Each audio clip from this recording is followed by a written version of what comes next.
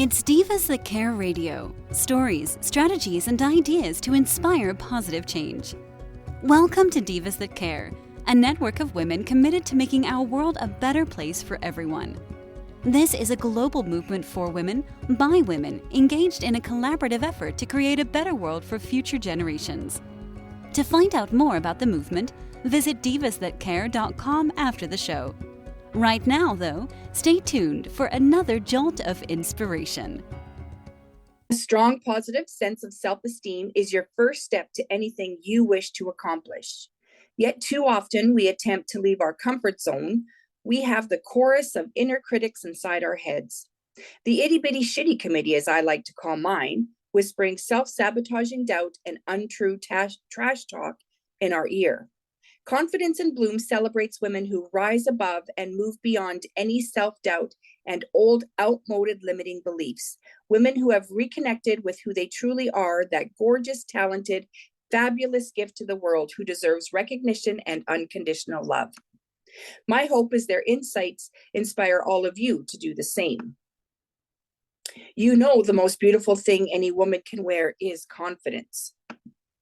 Here with the Divas That Care Network, I, Tina Spolatini, speak with women now secure in their own self-confidence, excuse me, so we can learn from their stories of how they found themselves and became the magnificent role models they are to us all now. Today, I'm chatting with Grace Strachan. Grace is a transplanted Canadian living in the center of the US. After working in corporate America after her husband passed away suddenly, she realized that she owned her life and she needed to take it back. She wanted to help people and businesses to make a better life. So she took a part-time gig and made it her career. Grace, so I'm so glad to have you here. So I want to start with, you took a part-time gig and you made it your career. What is that? Tell us what that gig was. Well, actually, it was something that I was using for my full-time career. I had a girlfriend introduce me to, at that time, it was called send out cards, and now it's called promptings, with the mechanism behind, send out cards is the mechanism behind being able to act on your prompting. And I actually use that with my full-time job. So I was introduced to it because a girlfriend of mine said, this is something I think you can use for your business, because my mother always taught me to send thank you cards. And I wrote them. I hand wrote them religiously, and I had become lazy. I have to be honest. When I moved from Canada to the United States, I had so many people to send Christmas cards and cards to, and then I would forget my thank you cards. I mean, just so many things were happening in my life that I got lazy. And I think my girlfriend knew. And so she introduced me to send out cards where I could literally sit at a computer, put my own font in, put my own signatures in, and write up a card, and they would print stuff and mail it for me. And it was brilliant. It was like a no-brainer to me, because I no longer had an excuse that I didn't have the time. I didn't have the cards. I didn't have the stamps. I mean, everything was done for me. And so I signed up immediately, and I signed up as at that time they called it an affiliate, because I thought, why not, right? Everybody needs this, but I didn't do anything with it. All I did was use it. And about, I don't even know how many months later, I got a check in the mail, and I went, what's this? And I phoned the girl that signed me up, and I said, I got a check in the mail. What's this? And she said, well, yeah, Grace, are you sharing it with people? I said, well, no. Somebody will say, well, hey, how do you do those cards? And I send them my website. She said, what? And I said, well, I got a full-time job. I'm traveling, I'm traveling a lot, and I don't have time to do this. So I had somebody literally sign up because they asked me how I did it. Oh my goodness. Yeah. That's like the ideal, that's the idea, like the ideal multi-level marketing. Right? Exactly. Yeah. And I never promoted it, never pushed it, never promoted it. And actually, just before I made it a full-time gig, I had something happen that kind of clicked in my brain. And that was, I had a designer who had, because I dealt with designers and architects, who had had her 25th anniversary with the company. And, you get that on LinkedIn and nobody does anything with it. And so I sent her a happy anniversary card, and nowhere on the card said who I worked for. Because to me, I'd known her for 25 years. So it was like between her and I. And so I sent her the card, and she sent me she phoned me laughing because her boss came up to her computer and they were working on a job. And he looked over and he said, "I thought your anniversary was in the fall." And she giggled and handed him the card. And he looked at it and went, "Oh, happy anniversary. Who's Grace?" Oh my goodness. Yeah. Anyway, so she said, "Oh, he was all embarrassed and blah." Anyway, he brought in a cake at lunch. Happy 25th anniversary, trying to make up for it. And I said to her, I said, "Whoa, I didn't mean to insult him. That was not the idea behind the card." I said, "And anyway, he shouldn't be insulted." She said, "Why?" I said, "That's not his job." Yeah. I said, "You've got HR, don't you?" She said, "Well, yeah, we have 2 people in HR." I said, "Well, that's their job, to remind him of people's anniversary. And 25 years is a big anniversary." Right. And this guy probably wasn't there 25 years before. Oh, he was the Right. owner. Oh, he was the owner of the company. Oh, yeah. But how can he remember? You've got all, anyway. So she went and told him what I had said. And that was the first account I set up. wow. Because he said to the HR, "You get a hold of her now." That's a great idea. I love that. Yep. And so that's kind of what your job is now then? Yes. So this is what I tell people. You only have to stay in touch with the people you want to keep. I help you keep them. And I don't care if that's employees or clients. We spend our entire lives going out and networking. Oh, we need to build our business. We need to build our relationships. We need to meet new people. What about the people that got us there? You've got an account that's given you a beautiful order or a specification, whatever your job is. And did you say thank you? Bet you didn't. Or if you did, you might have sent a text, right? But if you stay in touch with them, you're not just top of mind, but you're also memorable. So when they think of somebody, a coach, they think of I'm the gratitude whisperer. They think of the gratitude whisperer. They think, "Wow, she makes me feel so good. She always remembers my birthday. She always remembers the holidays. She remembers my work anniversary." Because guess what? LinkedIn posts it for you. So you don't even have to be brilliant. Isn't that the truth though, right? Like you don't have to remember anything. No. Because we have computers now. Exactly. And our contact manager, once you put a birthday in the system, it automatically sends you an email 21 days before their birthday and says, "Hey, Tina's birthday's coming up. Just thought I'd remind you." So then you can get a card out to them or, whatever you want to do. And the same with work anniversaries or anniversaries of any kind. I tell businesses to set an anniversary date of the first time you ever had an order from them. Oh, I like that. You send them a card once a year, go, "Can you believe it's been 4 years? Can you believe it's been whatever?" And realtors love that because a realtor, can you believe that it's been a whole 10 years since you moved? Now, if Yeah. you've been staying in touch with that person for 10 years, I can guarantee you if they're going to move, or if their neighbor moves, or their brother moves, or their sister moves, they're going to remember you as a realtor, aren't they? Yeah. Yeah. That is so true. That helps keep the relationship strong. Oh, I like that. Yeah. That's a really good one. Yeah. So So this that's is what your I full do. time. Yeah. So that's your full-time career. I love that. And Yes. so, Yeah.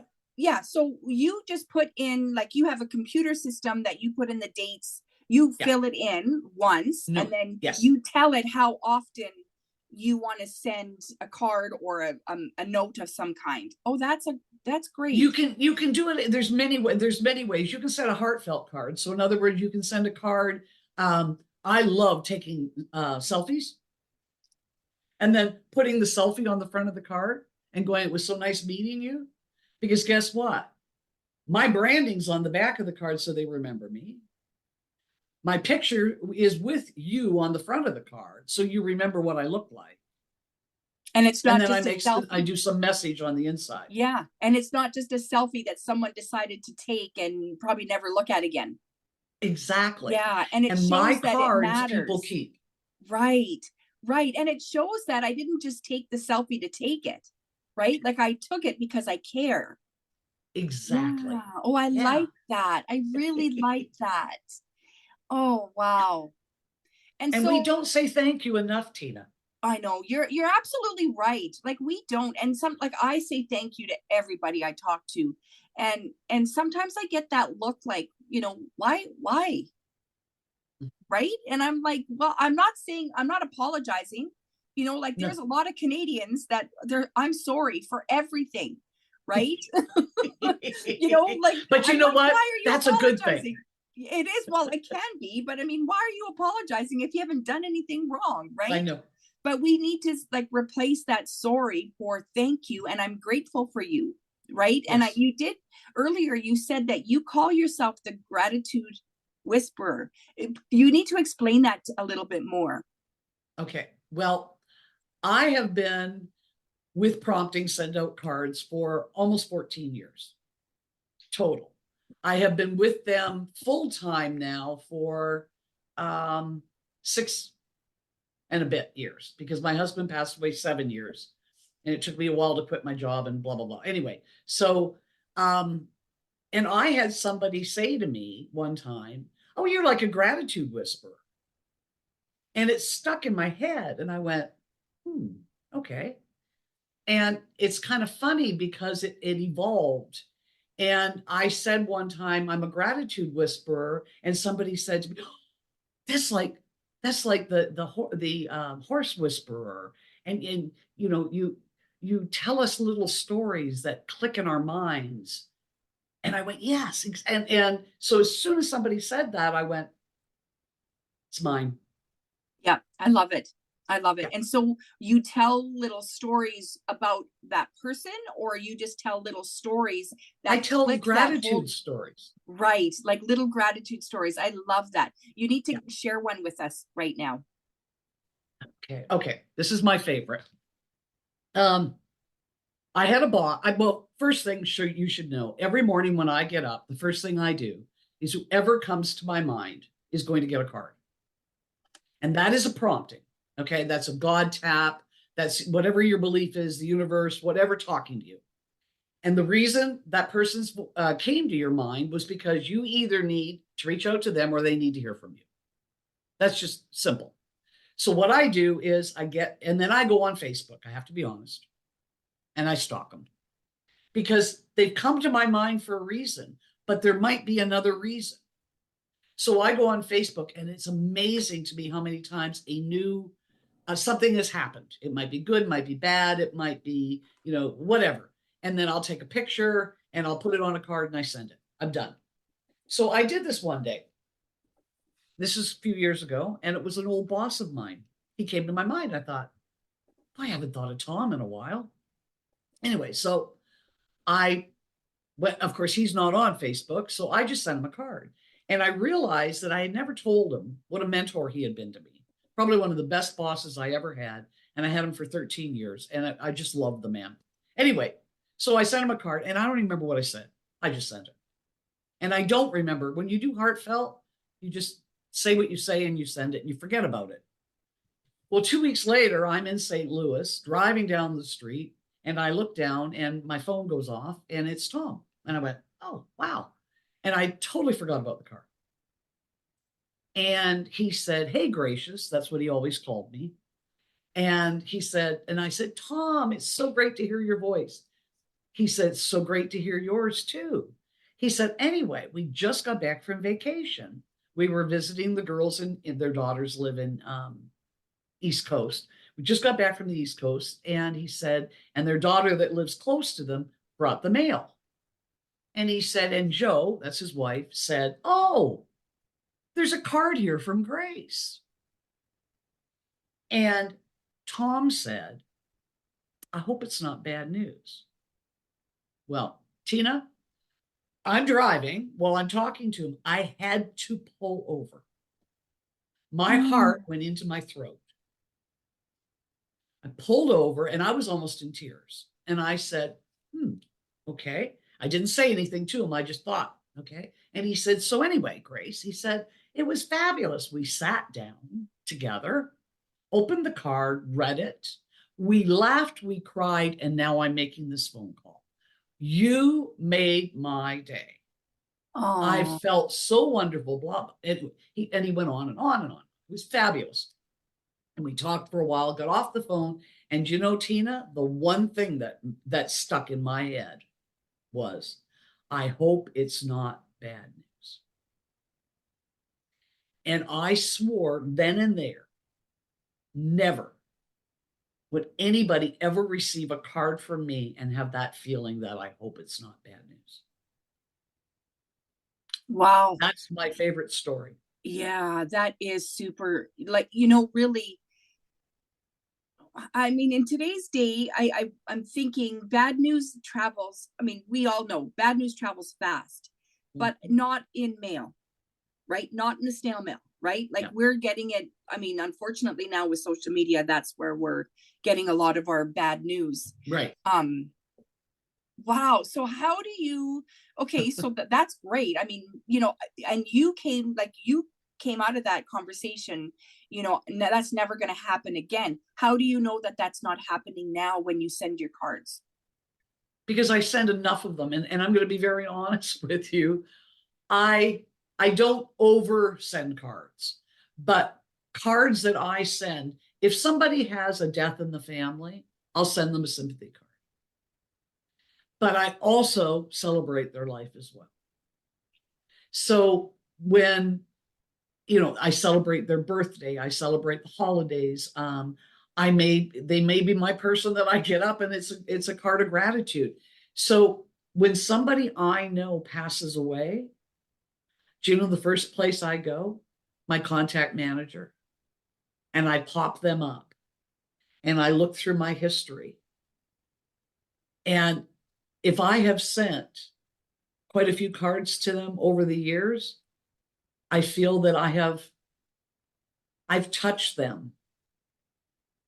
Because one thing that makes me sad, and that reaction of, I hope it's not bad news, is I have family members that the only time I hear from them is I get a phone call when somebody has passed away. Yeah. And that hit me really hard. Because literally, I have a couple people that I won't pick up the phone because I'm afraid it's going to be bad news. Wow. And I don't want anybody ever having that feeling about me. No, I don't blame you because, I mean, I know myself, I'm really, really, really bad at reaching out. Yes. But I think of everybody, like you said, like, I like that whole, whoever I think of first in the day is going to get a card from me. I love that. Because I think of all the people that I grew up with, right? My cousins, my friends, family friends, I think of everyone often. I even dream about people that I haven't seen for over 20 years, right? And so I like that idea of, I'm just thinking of you, right? Like, do you remember, yes. You were bringing up a story, like a past story. Do you remember when we were all together at so-and-so's house? Well, that, I had I thought of that yesterday or whatever. Like, and I'm sure that's what you're doing, right? Like that's what you're Yes. saying in your cards is I thought about you, hope you're doing well. I was Mhm. remembering like a story, Yeah. from 25 years ago. I Yeah. can't believe I can say that right now, but But you do. And it's very, very true. Another great story was I have a friend that came to my mind one day. And again, you think, why did that person come to my mind? Right. And I went on Facebook, not on Facebook a lot. There wasn't anything. So I just said, and I think I wrote something like, you cannot be everything to everyone, or I had some kind of a meme that I had seen. And I just felt that was perfect. And I sent it. Didn't think again anything of it. And this is when my husband was still alive, and we went out every Friday night. We had date night, and we're in the restaurant, and my cell phone starts vibrating, and I look down and I go, oh. So I said it was my girlfriend, and my husband said, you want to call her back? And I said, no, she knows it's Friday night, it's date night. I'll call her back. I'll call her when we're done. And I said, oh, she left a voice message. I'll catch it later. So as soon as we got home, I opened up my voice messages, and she's like, and crying. And I'm thinking, oh no, what is going on? So finally she calmed down in the call or in the voice message. And she said, oh, I'm leaving for the weekend. You've made my day. Thank you for the card, blah, blah, blah. Okay.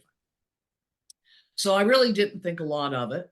And I knew she was going away for the weekend. And on the Monday when she got back, I called her and I said, did you have a good weekend? And I said, I got your mess. And I started giggling. And I said, I got your message. She said, oh, and she almost started crying again. And I went, what? And she said, I had one of the worst days of my life on Friday. She said, she said, I was ready to just wring somebody's neck. I was ready to cancel the weekend. I just had it with my husband. I'd had it with people. I just had it. And she said, and I was supposed to be getting ready for us to leave on Friday night. And she said, and I thought, she said, I'm going to go out and get the mail. Well, she's got a long walkway, right? So she goes out and she gets the mail. And the only thing in the mailbox was my card. oh, So she sees this card and she goes, huh, thinking, now why is Grace sent me a card, right? And as she's coming back she opens it up and she sat down on the front stoop and she started crying. Because all I put in it was something, I think the meme said, you can't be everything to everyone, but just remember how much you mean to me, or something like that. It was something really simple, and I really didn't say a lot, but she just needed to hear that because she had been trying to be everything to everyone and impatient and whatever. And she said, I cried and cried. She said, that's when I left that message for you. She said, and I ran around real quick to get ready to go for the weekend because she said, Grace, I had one of the best weekends I've ever had. And yeah, I think, it's so nice when somebody recognizes you when you're not looking for recognition, right? Like when you're like, it's just out of the blue. It's like, wow, it's almost like you were watching over her, knowing she was struggling, even though you had no idea, right? Yeah. And so that just makes it that much more special. That's why the promptings, people say birthday cards, right? As an example. Oh yeah, or holiday cards. Oh, but they have to arrive on their birthday. No, they arrive exactly when they need to arrive. What is worse than a belated birthday card? Not sending one. Yeah. It really doesn't matter. And you know what? On their birthday, they probably are getting a whole bunch of, maybe not a lot of cards, but a lot of good cheer and Christmas or cake and blah, blah, blah. And maybe that 2 days later, when they've kind of come down from their birthday, or maybe they've realized how old they've just become or whatever, and they're feeling a little down, that card is exactly what they needed. Yeah. I love that. That's so sweet. And so you do this for like people, like to build relationships within their personal life, but you also do it for businesses. How does it work with a business? Would it have to be like the business owner that you would want to talk with? It completely depends. I have a lot of people that have their own account and then send for business.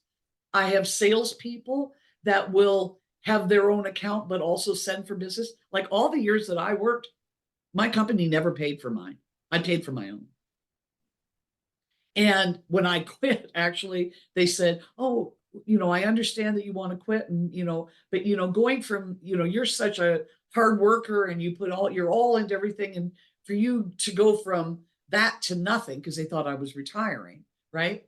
And I said, well, who said I was retiring? And our controller said, oh, are you going to do that card thing full time? And the owner went, what card thing? And he said, well, haven't you been getting cards from Grace? And he goes, well, yeah. Are you kidding me? I said, no, that's what he said. Well, we should be doing that. I went, tried to tell you that, years ago, but anyway. Sometimes you can't hit them with a brick and get through to them. Yeah, I get it. But anyway, so it depends on the business. A lot of the time, HR, a lot of the time they'll start with in their own department, because you know how much it costs to hire new people. Yeah, it's expensive, but to keep the people, and if you, I don't have the statistics in front of me, but to onboard somebody costs so much money. To keep someone, just by making them feel like they're special and that they're appreciated. People do not quit because of wage. A lot of the time they quit because they don't feel that they're appreciated, that their work is appreciated, anything is appreciated. Yeah. I remember an article that said that, like, it's not always just about the money. Like, I'll stay as long as you can tell me that you really appreciate what I'm doing for you. Right? Yeah. So that's why HR. Right. And so important. That's where this would come in handy, because they would send a card to their home, right? Yes. And probably they would get it after a shitty day. Exactly. Yeah. Yes. And the other thing too is with businesses, salespeople, we are a nation, and not just the US, but Canada. We're a world right now of transactional sales. Everything is hit and miss. Done. Yeah. Right. I made 4 major purchases in the last 2 years. 4. And we're talking major, big purchases. Okay. 2 people out of the people that I dealt with knew what I did for a living. Actually, one of them, I sent them a thank you card for his quote. Anyway, I never got a thank you text, thank you email, follow-up. I never even got, were you happy with the product? One of them, it took 4 months for them to finish the project. And I never even heard from the salesman to find out if it got worked out. Wow. Nothing, except for one. And it was 3 months after the sale. And he asked me if I would do a Google review. Huh. I did not do a Google review. I guess not. But I never even got an acknowledgement. And those were 4 major purchases. And like I said, 2 of them knew what I did for a living. The other 2 did not. Yeah. And I'm thinking to myself, you think I'm going to refer them? Wow. And those are big purchases. We're looking at, every household, right? Every household at some point has to do this. Yeah. Yeah. Do you want one more good story? I love stories. So yes. Okay. This is probably one of the best. This is somebody that I know in our industry, and he happens to live up in a mountain. So he's not close to the city. So if anything major ever happens, you've got trip charges, so any contractor has to come. Well, guess what? He had his sewer back up. And it happened to be on Labor Day weekend. So, of course, he's got a real mess in his basement, and it's Labor Day. So he knows it's going to cost him a fortune because he's got a trip charge, plus it's a long weekend. So he's like, so he gets online and he needs to find somebody to come and clean up the mess and a plumber to fix the problem. So he finally gets it all done. And it's like, $3,000 by the time it's all said and done, right? But now he's got a clean basement and everything's done. So he's sitting down after the weekend and he's thinking to himself, interesting. A year ago, I had one of my pipes burst. And I had to hire somebody to come and clean up the water. Now, it was a different water situation. Anyway, but clean up the water and a plumber. Okay, now, think about this. If those people had sent a thank you card or some kind of follow-up from a year before, he wouldn't have had to get on his computer or his phone and find somebody to come. He would have called them. So $3,000, $1,500 a piece. So you figure that as a contractor, if they had one of those a month, say even $1,000, be $12,000 a year they've lost in business. Just by sending like a simple thank you or, acknowledgement of some kind. Yep. Wow. When you look at it like that, it seems crazy, doesn't it? Because I mean, Yep. all those companies have return clients for whatever reason, right? But this is one reason why you would have that, right? If you could show just the simple appreciation that, like, thank you so much for having me, like Right. having me help you or you needing me or whatever the case may be. Wow. My chiropractor signed up and sent me a card, a thank you card, and put their picture on the front. And that sits on my refrigerator. And I have given out their information twice because I've had people over and they go, I'm looking for a new chiropractor. Hold on. Take a picture of this. Wow. Yeah. So that's another thing, right? I mean, yeah, do you remember that commercial? When you like your product, you tell 10 people. And if they like it, they tell 10 people. And I remember the TV commercial, like all the heads got smaller and the screen just filled up with the same head. And I thought, that's so true, right? Like if I don't like but I think the statistics now are like, if you like something, you might tell 2 or 3 people. If you don't like something, you're going to tell 10 people, right? That's exactly what it is. Yes. Yeah. That's so And the cool. other thing too is we forget that everybody needs to feed their family. Everybody needs to feed their family. So it doesn't matter if it's small business, big business, it doesn't matter. So even if, and I'll send a thank you card to somebody that served me well in a restaurant. And sometimes if I get really good service, I'll get the manager's name and I'll do a selfie and I'll send a card to the manager with a gift and say, this server was fabulous. I will be back again and I will refer this restaurant. Oh, that's so awesome. I love that. That's and better so than a tip. You don't do the work. Like you type it into your computer and then there's it obviously goes to another base where they actually print the card. Yep. Put it. Yep. Okay. So I like this. We are going to chat after. Yeah. Oh, it is. And we're in Salt Lake City and literally our office is here and the printing is right in the same building. And the beauty is if you've got somebody that has compliance issues or whatever, they own that contact manager. That CRM is theirs. They have their own password. They have their own username. They own everything in that system. Oh, and the only thing that we see, like you can put in their phone number, their email, their birthday, whatever you want in the CRM. The only thing that we see is their name, address, and where it's being shipped to. That's it. Wow, I love that. So it keeps everything compliant because you own that. Yeah. And we also done something that is like above.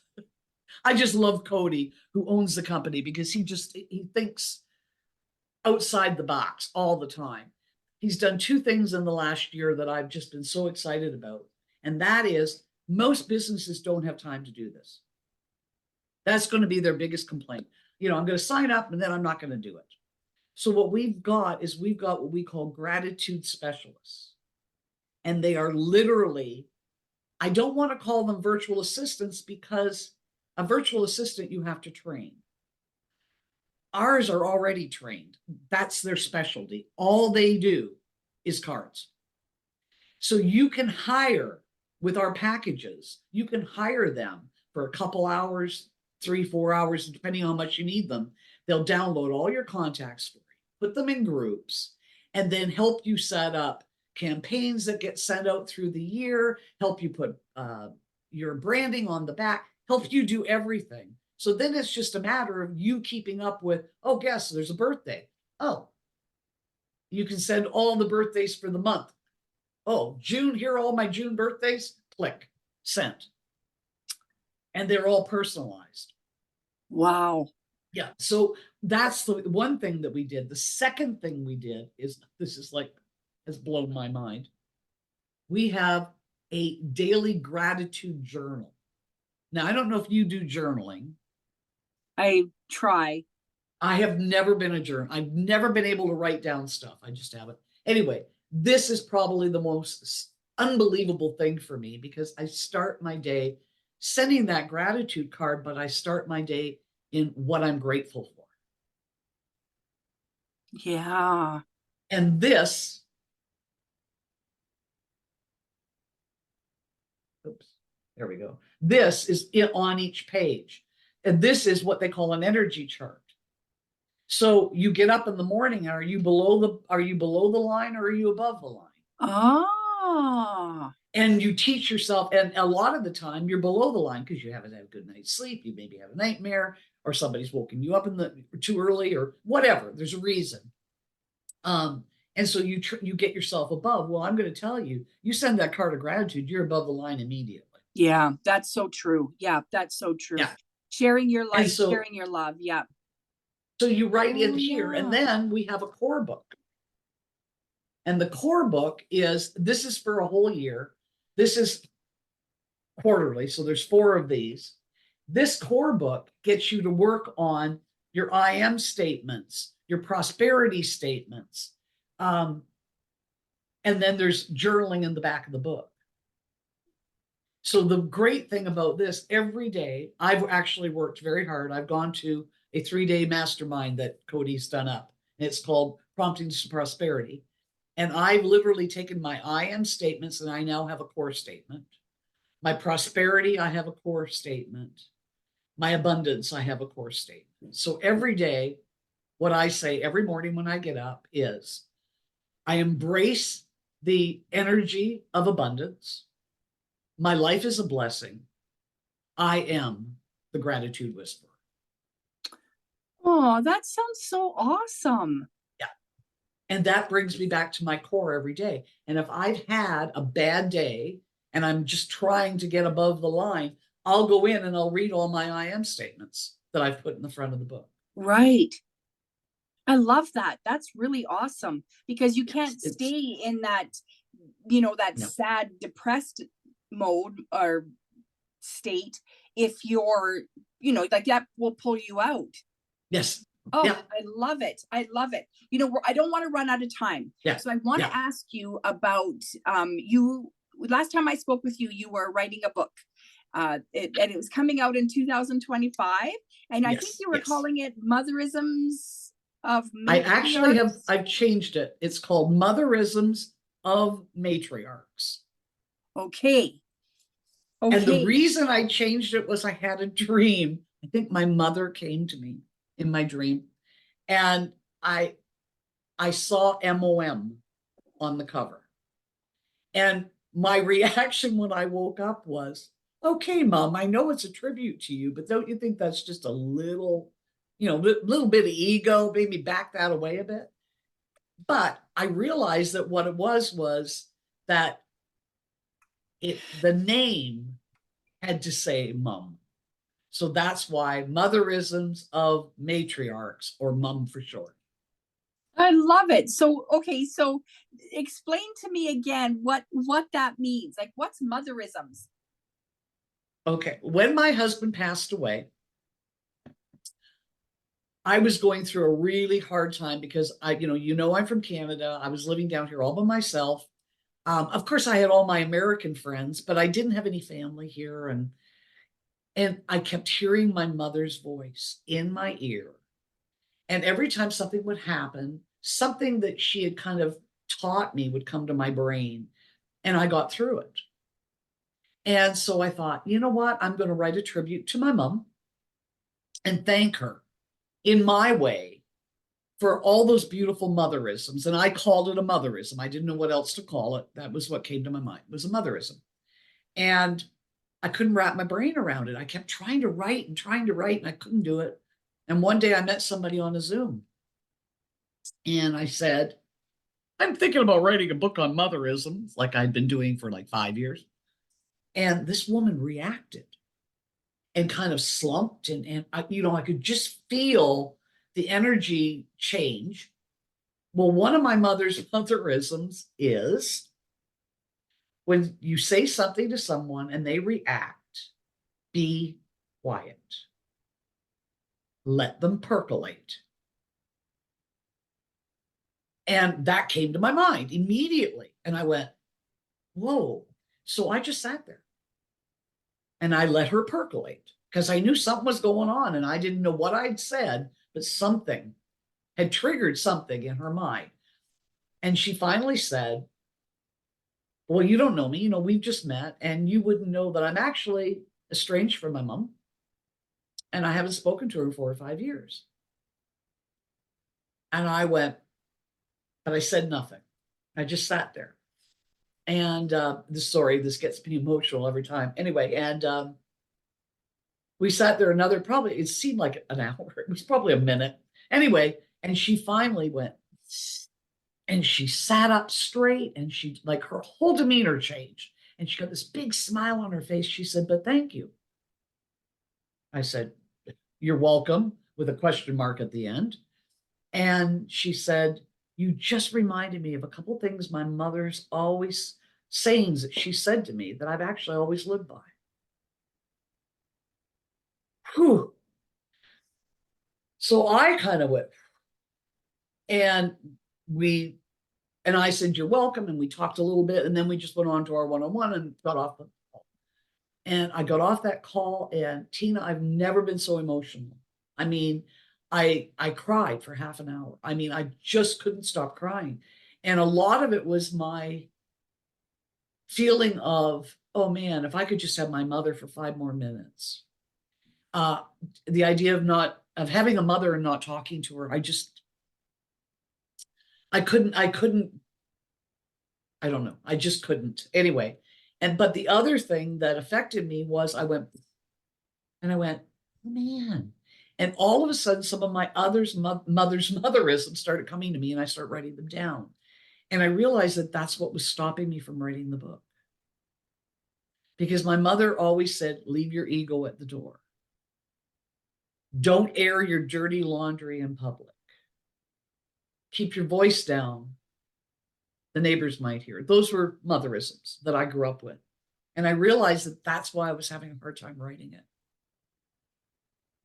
And it wasn't about my mother. It was about mothers. So I ended up interviewing 37 people with their motherisms, the story behind it. And I've compiled it into a collection. Oh, that sounds amazing. So I'm wondering, the what came into my mind is right now with the whole self-love and women empowering women. A lot of us grew up with our mothers sort of, I don't want to use the word taming, but some of us were loud, not obnoxious, but we were loud and very free with our opinions. And our moms would tell us to, like, cool it down a little bit, right? Because of how they were brought up, right? Right. Women were not meant to be heard. right? Mhm. Women had to be that pretty woman on the stage or on the podium, right? And they were just there to be looked at and not really, conversed with. Right. How does that fit into your motherisms in your book? Because a lot of that may not necessarily be like relevant today. Relevant? Yeah, good point. My mother was not like that. My mother was profound. My mother was way ahead of her time. I mean, if my mother probably did burn her bra, but yeah, I mean, I wouldn't be surprised. My mother believed that never ever make the excuse that I didn't get the job because I was a girl, or I can't do that because I'm a girl. No, no, no, no, no, no, no, no, no, no. You're a human being, and don't make excuses. The only excuse you can make is your excuse, because you're the only one stopping yourself. So anyway, she was so that's the way I was woman. brought up. Yeah. So I didn't even think of that, but I ended up with 37 completely different motherisms. Some of them were ones that I grew up with. Some of them were that I never heard of. Some of them were not from their mother because they didn't have a good relationship with their mother, but they were from a female mentor or an aunt or somebody that they knew. And I didn't restrict it to just mothers. Because I'm not a mother. Right. Well, and the thing is, I mean, women, we are natural nurturers, right? And so we have, there is something in all of us that is mothering, right? In any way, like it could be positive or negative. So I think in a situation like this book, I think that's great, right? It's like it's the woman's wise eye coming out, right? Yeah. And I think some of the stories are just, I mean, hit me. I interviewed all these people and then I transcribed it, and it was like, man, I mean, I interviewed absolutely no problem because I had said things that I asked and everything. And then after the fact, when I started transcribing it, it took me forever to transcribe it because I got so emotional. I never realized how much it affected me and brought back memories of my childhood and brought back just memories of women that I knew, and just because not all of them are wonderful. Well, no, because I mean, I'm just thinking, like some of us women were like, like I said, we were tamed and we couldn't allow our true selves to come out. And it's, we can say that in my generation. So I would imagine in our mom's generation, it was even worse. And so, there's going to be a little bit of that negative connotation in a lot of them, right? Yeah. Oh, it'll be interesting. And how they shared it, and it was a very interesting. I think I'm probably going to do a sequel. Oh, it sounds like you probably can, because there's a lot out there. Motherisms. Ooh, that would be good. Yeah, because one thing that I realized very quickly was that the motherism is the nurturing, the fatherism is more of the training. Yeah. Getting you prepared for life. Yeah. So that's what I don't know. We'll see once this comes out. It's been a long haul. Right. Yeah, for sure. I'm sure you're going to do awesome though, because I mean, we're going back how many years, right? I'm sure the people that you were interviewing are not just your age. They're probably like a range of ages, right? Yes. So, and then backgrounds as well, right? Because that has a lot to do with it. Where you come from, how you grew up. Yeah. Yeah. Oh, I love it. And I kept everything very private. The people's name, it's only their first name and their last initial. And so nobody knows who they are. They can tell, you can, if you're in my book, you can say, hey, I'm in Grace's book. Go for it. Because I kept it very private. And a couple of them are, I'm excited about it. I'm very, very excited about it. And I'm hoping that other people will become very excited about it. And all of the proceeds, I'm picking a charity. Oh, good. And it'll probably be, my mom was a single mom. raised us until we were 14, until I was 14, and then remarried. And I ended up with a bonus dad, 2 bonus brothers, and a bonus sister. And so I'm thinking that it'll probably I'm trying to decide if it's going to be single mom, but I'm thinking that probably what it's going to be is abuse. Oh, that's, yeah. I think that's where I'm going to It's go. unfortunate, but there's too much of that in the world. Yeah. Yeah. And, somebody said I should do trafficking, and I'm like, no, this is about mothers. And so I want it to pertain to mothers. That's where I want the money I want it to be put to a good use. Yes, that's great. That's awesome of you. Yeah. Yeah. Wow. Yeah. I'm looking forward to seeing that. So when is that due to come out? I've got to finish the editing. I'm in the final stages. I've got to finish the editing, and I'm near the very end. And then I've got to get the book cover finalized, and I'm close, really close. The graphic artist that I've used, she's come up with one but there's another one that's close. So I want to see, she's going to kind of redo it to get an idea, and it's going to have my mother on the cover. Oh, I love that. Yeah. Oh, she's going to be so proud, right? Yes. She'll be looking down on you with her angel wings and saying, "That's my Grace." Oh, good for you. Good for you. I'm so excited for you. Is there anything that you want our listeners to hear from you before we close down here? I think if nothing else, and I always say this, if nothing else, just remember, everybody has a story. And always, if you can be anything in this world, be kind and be gracious, because you don't know what their story is. So if you can and because you don't have to know their story, you don't have to live their lives. One of my favorite saying is, never look down on someone unless you're complimenting them on their shoes. I love that.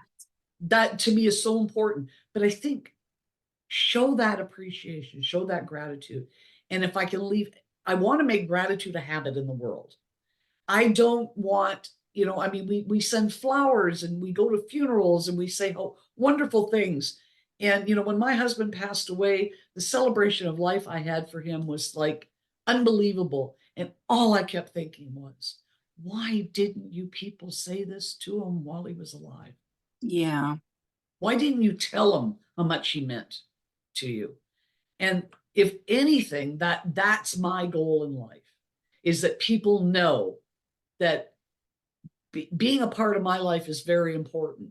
And I'm going to let you know that. Oh, that's awesome. I love that. Thank you so much for joining me today, Grace. Thank you for having me. This has been so much fun. Oh, yeah. So much fun. I love it. Thanks for listening. This show was brought to you by Divas That Care. Connect with us on Facebook, on Instagram, and of course on divasthatcare.com, where you can subscribe to our newsletter so you don't miss a thing.